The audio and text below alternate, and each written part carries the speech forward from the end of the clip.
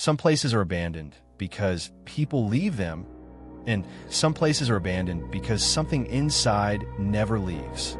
On a lonely hill outside the quiet town of Black Hollow stood the ruins of St. Mary's Church. For more than 30 years, no one had worshipped there. Its stained glass windows had long been shattered. Rust covered the iron gates. The old bell tower leaned slightly to one side, as if time itself had grown tired of holding it upright. Thick vines climbed over the stone walls, and nature had slowly swallowed what was once a beautiful place of prayer. Yet every person in Black Hollow knew one thing. After sunset, no one ever stepped inside, because according to the old legend, the church was never truly empty. This place actually looks terrifying, Noah whispered as she stared at the enormous church.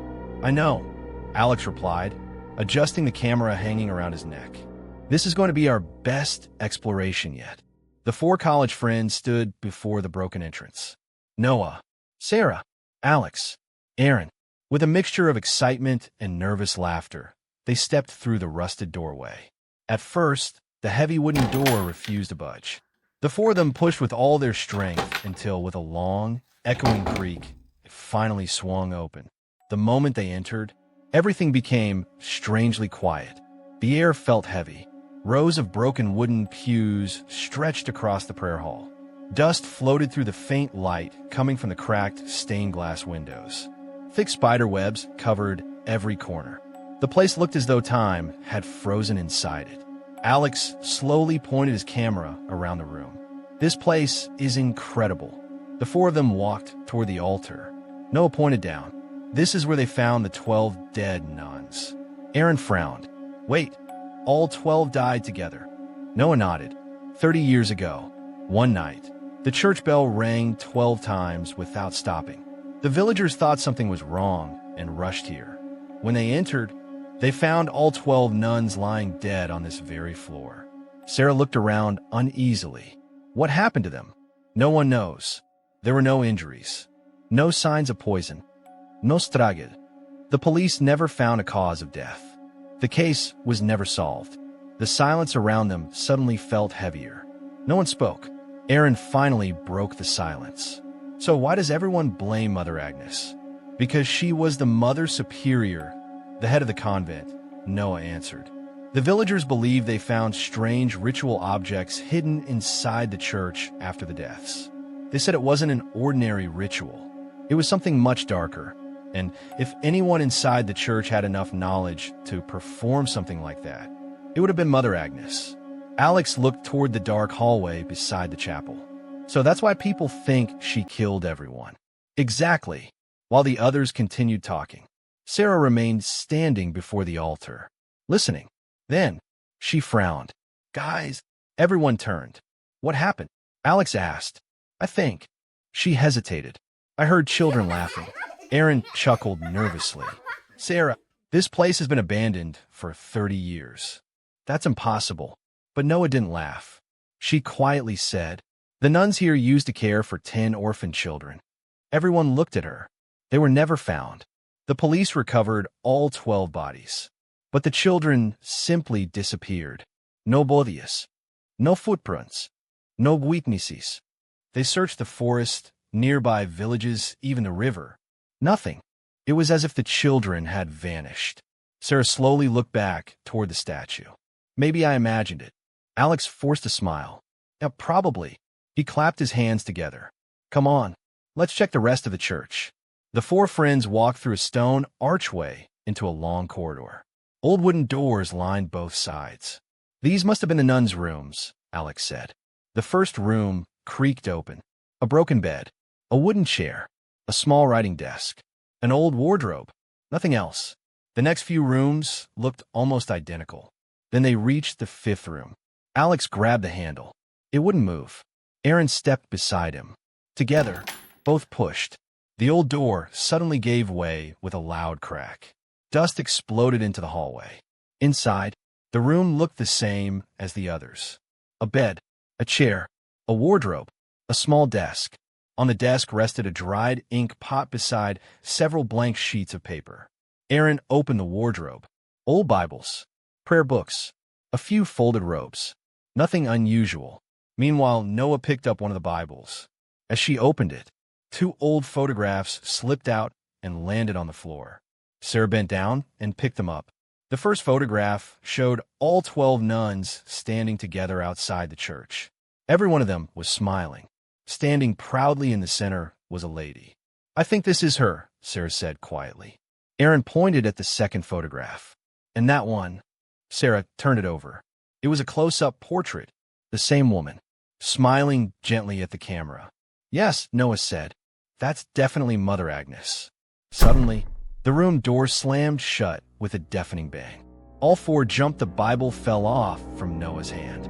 Nobody moved. The silence that followed felt even worse. What was that?" Noah whispered. After a few seconds, Aaron and Alex slowly walked toward the door. Alex stood beside him. "Careful," Sarah whispered. Aaron reached for the handle. He looked back at the others. Everyone nodded. Slowly, he pulled the door open. The hallway outside was completely empty. No footsteps, no movement, no one there. Alex let out a nervous laugh. "God, you seriously scared me." "It was probably just the wind." Noah looked toward the broken window. There wasn't any wind. Before anyone could answer, a church bell echoed through the building. Everyone froze. Another bell rang. The deep sound rolled through the church, shaking dust from the ceiling. Sarah's face slowly turned pale. "I thought Noah said the bell doesn't work." Noah's voice had almost become a whisper. "It doesn't. The bell rope was removed 30 years ago." Aaron didn't wait another second. "We're leaving. Now." No one argued. They ran through the corridor toward the main entrance. The sound lingered in the air for several seconds before slowly fading into silence. Their footsteps echoed loudly through the empty church. When they reached the front doors, they stopped. The huge wooden entrance was shut. Alex stared at it, but it was open. How did it close? No one answered. The church had become completely silent again. Sarah looked around desperately. "There has to be another way out." "For sure," Noah said. "There should be a back exit somewhere." "Then let's find it," Aaron replied quickly. "We don't stay here another minute." They turned, then froze. A faint whisper drifted through the walls. Everyone listened. "Did you hear that?" Aaron asked. Noah closed her eyes and then opened. "It's a prayer." Sarah looked around. "I think it's coming from the left hallway." Alex slowly shook his head. "No, it's coming from everywhere." The whispers echoed through every corridor, every room, every wall. Soft voices, praying together, as if an invisible congregation had gathered around them. "We don't have much time," Sarah whispered. "Move." They hurried into another section of the church. This corridor felt different. Darker, narrower. Broken candle holders stood along both walls. The air smelled damp, almost rotten. Aaron suddenly stopped walking. His face turned pale. Everyone turned. He pointed toward the dusty stone floor. "Bara footprints." Small ones. Children's footprints. Fresh. They began only a few feet ahead. Then, another footprint appeared. Then another. One after another. As though invisible children were quietly walking through the corridor right in front of them. The footprints continued until they stopped before a large oak door. A faded brass nameplate still hung on it. Mother Superior's office. Noah stared at it. This was Mother Agnes' office. Alex swallowed. "Do you think she's the one leading us here?" "I don't know," Noah admitted. "But maybe we're supposed to see something." Aaron immediately shook his head. "No, we need to find an exit. We don't open mysterious doors in haunted churches." Before anyone could respond, the old wooden door slowly opened by itself. The sound echoed through the corridor. Dust drifted from the frame. Spider webs stretched and snapped as the door moved inward. The room beyond was swallowed in darkness. All 4 raised their flashlights. Noah took a deep breath. "I'm going." Without waiting, she stepped inside. The others reluctantly followed. The office was frozen in time. An old wooden desk stood in the middle. Behind it sat a broken chair. Shelves covered every wall. Hundreds of Bibles, church records, attendance books, financial files, old handwritten journals. Everything was buried beneath decades of dust. The group quietly searched through the shelves. Everyone started seeing the shelves out of curiosity. Then Sarah pulled out a worn file that looked ready to fall apart. Dust filled the air as she brushed off the cover. Across the front were faded words. Statement 1. I respectfully request that Sister Natalia be removed from St. Mary's Convent. Her behavior has become increasingly disturbing. She repeatedly enters restricted areas after midnight despite several warnings. Signed, Sister Beatrice. Statement 2. Sister Natalia has been heard speaking alone inside the chapel long after evening prayers have ended. When questioned, she claims she is receiving instructions. She refuses to explain from whom. Signed, Sister Helen. Statement 3. I discovered strange symbols drawn beneath the altar. When I attempted to remove them, Sister Natalia became extremely aggressive and ordered me never touch them again. Signed, Sister Catherine. Statement 4. Several sacred objects, including old crucifixes, holy water, and prayer books, disappeared from storage. I later found them hidden inside Sister Natalia's room without explanation. Signed, Sister Margaret. Statement 5. I no longer feel safe sleeping in the room beside Sister Natalia. Every night, I hear her chanting unknown prayers I have never heard before.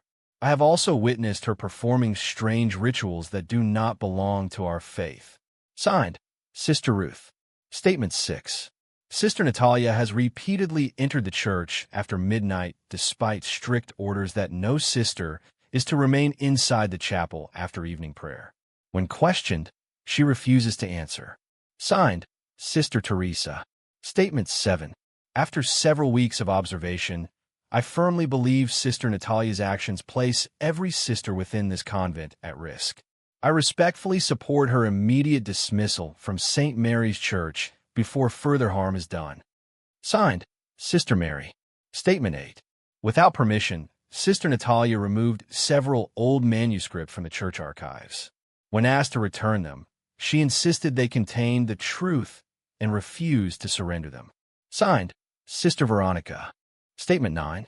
I witnessed Sister Natalia standing before the altar late at night with dozens of candles arranged in a circle. She immediately extinguished them when she realized I had entered. Signed, Sister Lucia. Statement 10. Sister Natalia has been seen descending into the old basement beneath the church on multiple occasions. Access to that area has remained forbidden for many years by order of Mother Superior Agnes. Signed, Sister Josephine. Statement 11. After investigating the recent illness of the children, I have concluded that Sister Natalia deliberately poisoned their meals. Effective immediately, she is forbidden from entering the orphanage until further notice. Signed, Mother Agnes. Aaron's eyes widened. Poison the children. When they finished reading, Noah looked at the final page. His voice was barely audible. Every single nun signed against her. Sarah carefully turned the last document. It wasn't another statement. It was an official church order. Notice of dismissal, issued by Mother Superior Agnes. It declared that Sister Natalia was to be removed immediately from St. Mary's Church for repeated violations of church law, dangerous rituals, and behavior that threatened everyone inside the convent. At the bottom was the date, October 14th, 1996. Noah's eyes widened. The 12 nuns. They were found dead. On October 15th, Noah stared at the dismissal notice, unable to take her eyes off the date. October 14th, 1996. The nuns had died. Just one day later, Sarah slowly folded the document. The whole town believed Mother Agnes was responsible, but these files tell a completely different story. Noah looked around the silent office. Does that mean Mother Agnes was never the real villain? No one answered. The room fell into complete silence. Somewhere beneath the church, something waited.